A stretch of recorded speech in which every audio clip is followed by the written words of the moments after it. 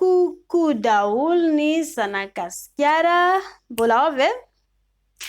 Za koa aty raha mpifankatia vonona hiaradia hiaraka hodoria tsodrano tsara be no menanareo.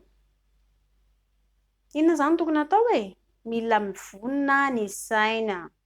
Rehefa ao anatin'ny fiantanan'ny olon-droa dia ny saintsika voalohany ato anaty atidoha ato dia misy miasa, ilay nerf, dia mifandray ato anatin'ny fo, dia midina any anatin'ny lataka sy any amin'ny fory. Ilay hormone ao anatin'ny vehivavy dia ilay bonga anankiroa ao anatin'ny lehilahy. Ny vatana ihany koa dia mila mivonona, madio tsara. Raha be volo indria dia alàna tsara, be volo kely indria dia alàna satria ireny miteraka fofona maimbo sy masiso. Fomba ahoana ilay ry no hihinana an'io raha ohatra ka hoe masiso ilay izy. Ary ho an'ny lahy koa, esorina koa ilay volom-porolahy, volona bibidy, volona latakelahy. Esorina tsara ilay izy mba diodiovina tsara.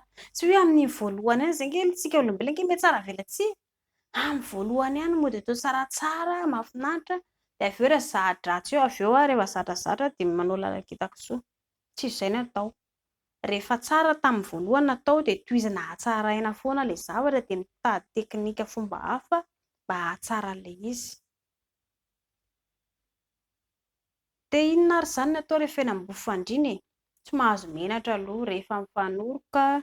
Raha ohatra indrika menamenatra dia esorina ny henatra sy atrina rehefa mpivady. Tsy mahazo menatra izany intsony. Raha mbola menatra indray dia oka aloha. Aza manambady mihitsy aloha. Ho an'ny lahy ihany koa raha menatra lahy dia aza mikitikita vehivavy mihitsy fa andraso tsara aloha rehefa hoe ao anatin'ilay fahasahiana.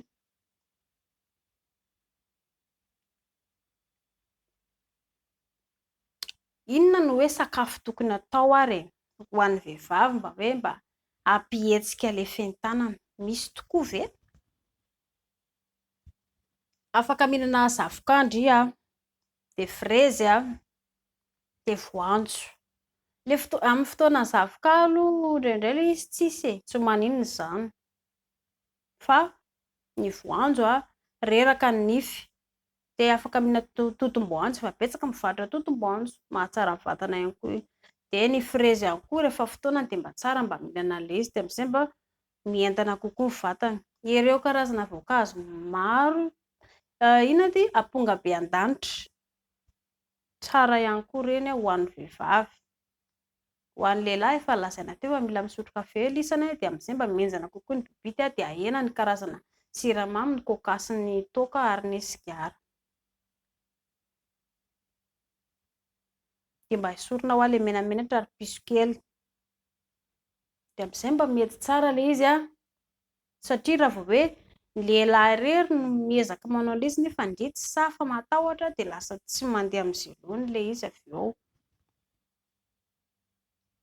Dia tsara ry zareo. Hitanareo? Indrindra izany ho an'ny vehivavy e. Mino fa isika malagasy ilay tsy manao an'izay. Ilay mba manao akanjo mampentana, sexy izany tiako lazaina.